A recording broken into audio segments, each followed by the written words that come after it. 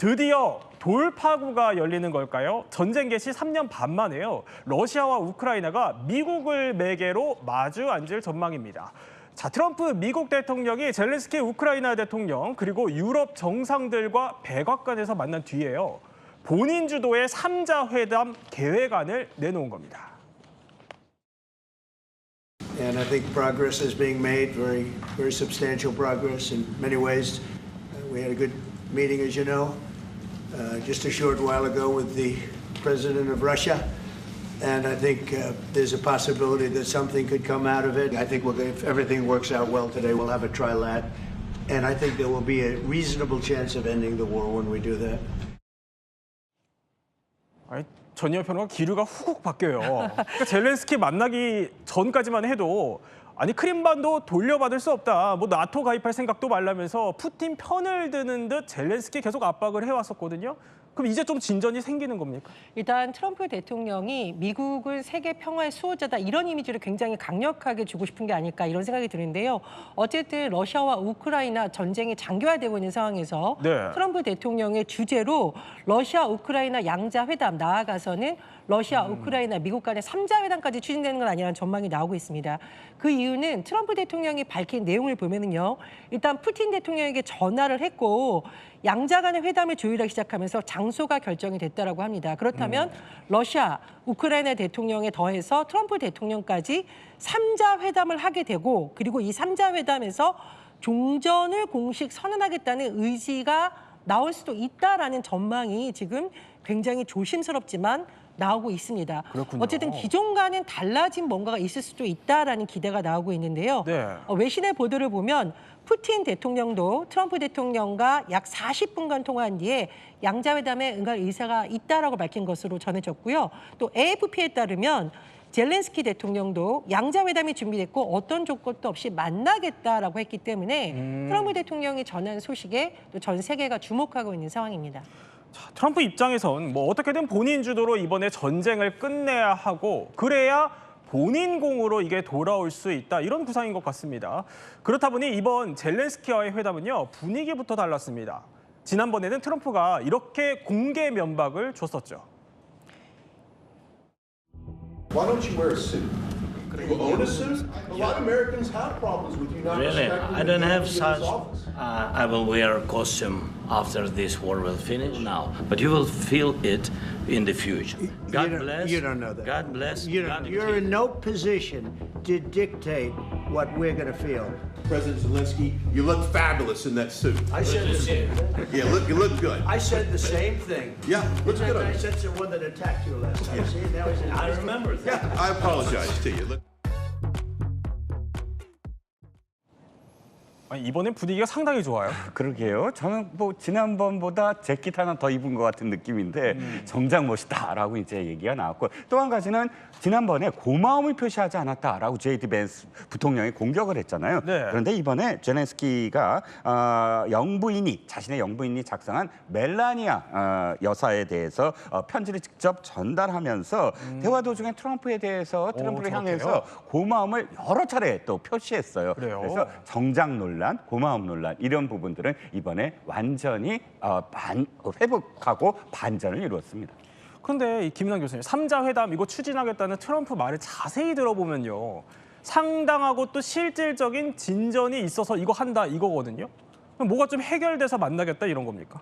지난주에 이제 알래스카에서 트럼프 대통령과 푸틴 대통령이 서로 만났을 때 그때 분위기가 그렇게 좋진 않았다고 지금 외신들이 전했는데 특히 거기서 몇 가지 합의할 부분들이 더 있다라고 말을 하고 이제 회의가 끝났어요. 근데 이번에 바로 며칠 후에 이제 젤렌스키 대통령을 백악관으로 불러서 이번에 회담을 하면서 이번에 진전이 있었다라고 얘기를 하는 거 보면은 분명히 이제 세 나라 간에 생각하는 어떤 부분에서 지금 합의점을 찾아가고 있다라고 생각을 해볼 수가 있겠습니다. 특히 양자 회담, 그다음에 3자 회담을 이제 곧 해서 2, 3주 내에 이제 갖겠다라고 얘기를 하는데 만약 그 회담에서 어느 정도 뭐가 만들어지지 않은 상태에서 회담을 갖게 된다는 것은 모든 나라들에게 큰 부담이 될 것이기 때문에 어느 정도 지금 공감대가 서서 이루어지고 있는 것이 아닌가라고 하는 그런 조심스러운 생각을 해보게 됩니다. 자, 그러니까 트럼프는 이렇게 얘기를 했다는 거예요. 미국이 우크라이나 안보에 관여할 것이다. 또 유럽이 우크라이나의 제일 방어선이다. 또 우크라이나는요, 안보 보장을 위해서 미국산 무기를 125조 원어치를 구매할 계획이다. 아니 그러니까 이걸 종합을 하면 전희엽 평론가, 유럽에 더해서 미국까지 우크라이나에 대해서 방어 우산을 펼쳐주겠다 이거거든요.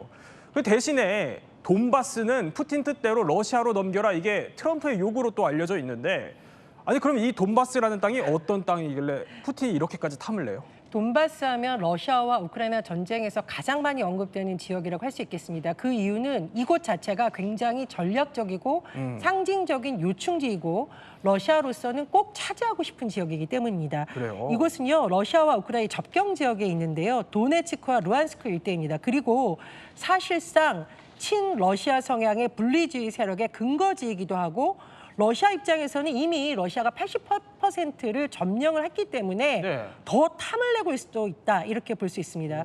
그런데 외신 보도를 보면 우크라이나에서는 굉장히 반발 여론이 심한데요. 네. 일단 영토가 넓습니다. 그렇겠네요. 우크라이나 전체 영토의 5분의 1이나 되고요. 또 러시아가 아니 돈바스의 10분의 1밖에 안 되는 지역 줄 테니까 돈바스 내놔라, 이런 것이 이해할 수 없다라는 것이 우크라이나의 전반적인 여론인 네. 것으로 보입니다.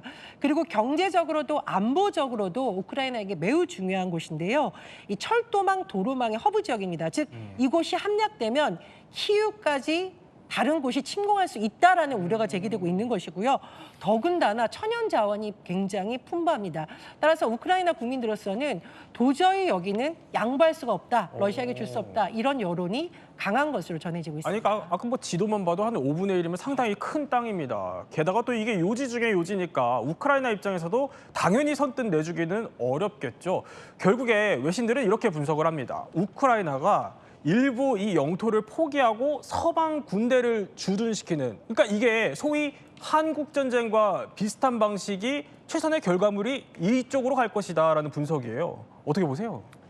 과연 한국식 결말처럼, 그러니까 우리는 한국 전쟁 6.25 전쟁이 끝날 때 바로 이제 주한미군과 함께 한미 상호 방위 조약을 체결해서 그때부터 주한미군이 주둔하면서 우리나라의 예. 경제 발전, 그다음에 안전 보장, 여기에 이제 중요한 역할을 담당을 했으니까 이게 우크라이나에도 적용될 수 있지 않을까라는 그런 생각을 하고 있습니다. 근데 제일 중요한 건 어떻게 보면 이제 2, 3주 후에 이제 미국과 그다음에 러시아와 우크라이나 이 세 나라 정상들이 만났을 때 네. 과연 우크라이나에 대한 안전 보장을 어떠한 형식으로 하느냐가 굉장히 주요 관전 포인트가 될 것 같아요. 우리가 생각을 해봐야 되는 거는 과연 그렇다면 미국이 우리한테 한국에게 했던 것처럼 그런 강한 정도의 안전 보장을 할 것이냐, 이것은 사실은 좀 우리가 좀 가능성이 좀 적지 않을까라는 생각을 좀 조심스럽게 하게 됩니다. 그 이유는 트럼프 대통령 같은 경우는 지금 대외 문제에 있어서 개입하는 거를 굉장히 꺼리고 네. 지금 사실 말하는 것도 유럽이 우크라이나의 안전 보장에 더 많은 노력을 할 거야, 역할을 할 거야라고 하는 얘기에서 우리가 좀 암시를 얻을 수 있지 않을까라는 생각을 해봅니다. 그렇군요.